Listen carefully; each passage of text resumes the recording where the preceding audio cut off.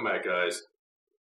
It's been a while and I just got settled in here in my new place, so I think it's about time I get right back on that horse and give you another review.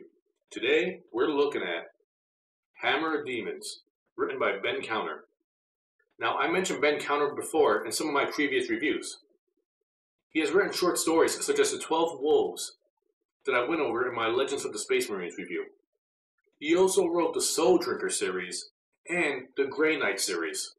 In fact, this is the third book in the Grey Knight series.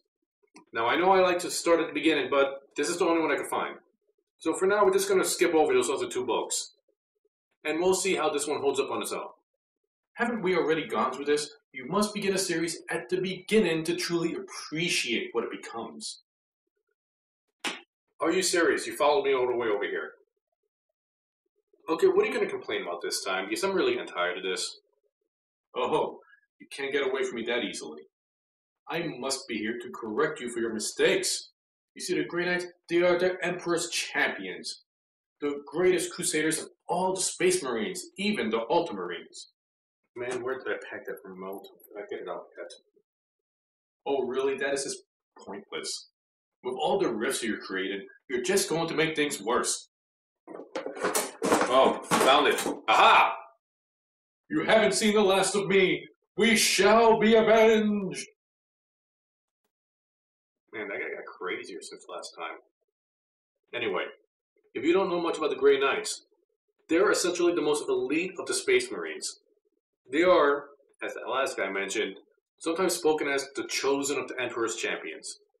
They specialize in hunting down demons, and for the most part, they are all, maybe most of them, maybe not all, psychers.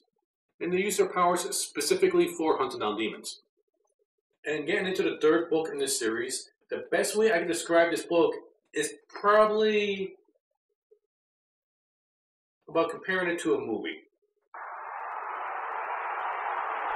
My name is Justicar Eller, officer of the Grey Knights Chapel, loyal servant to the true God Emperor, brother to a slain brother, son to a betrayed emperor, and I will have my vengeance in this realm and the next. Okay, for those of you who got that reference, good job. If you didn't, it's essentially the Gladiator movie with the Warhammer universe put into it. But okay, that's not fair.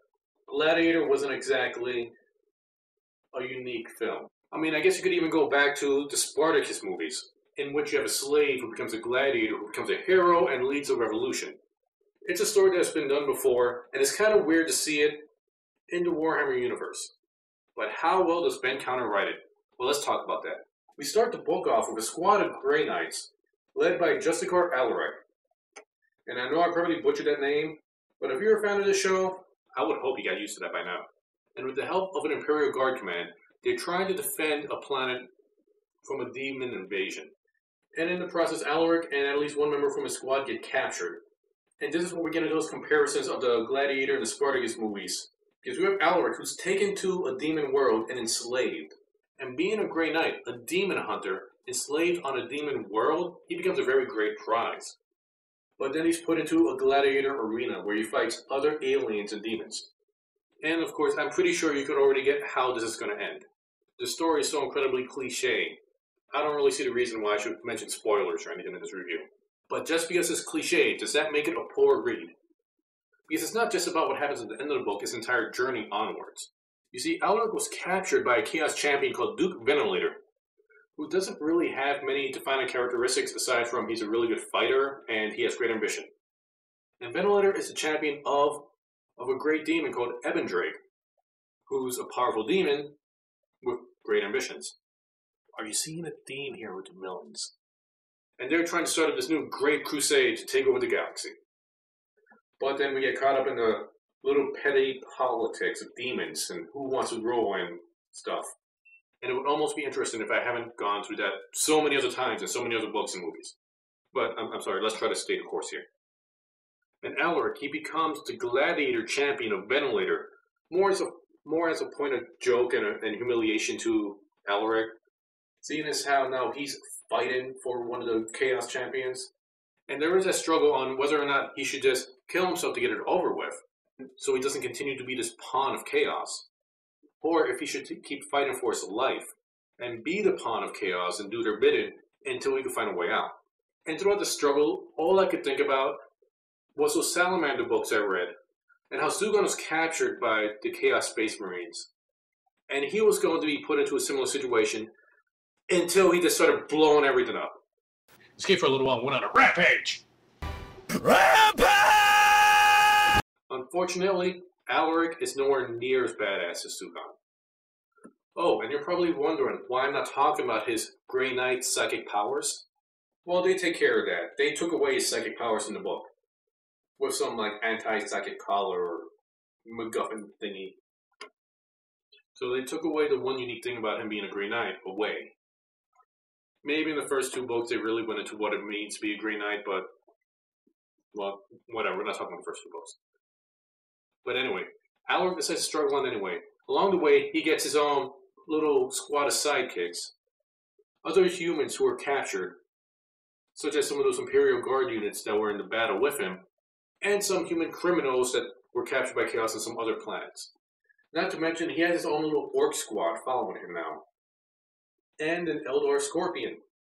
So now this is starting to sound like some really fun D&D game, in which we have races that will normally never fight along with each other for a common goal. And throughout all this struggling, there's this ancient prophecy about a hammer of demons which will free all the slaves on the planet. Where did this prophecy come from? I don't know. Even after you find out what the Hammer of Demons is, I still don't know why there's this great prophecy about it freeing all the slaves on the planet. But we needed a MacGuffin in there, didn't we? But the way it is made interesting and unique in this book is...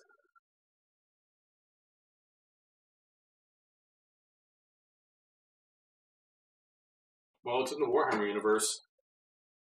Really, I know I'm a kind of a jaded character. I've read a lot, I've seen a lot. So going into this book, there wasn't really much there for me to keep my interest. It's not poorly written, but there's very little personality in it.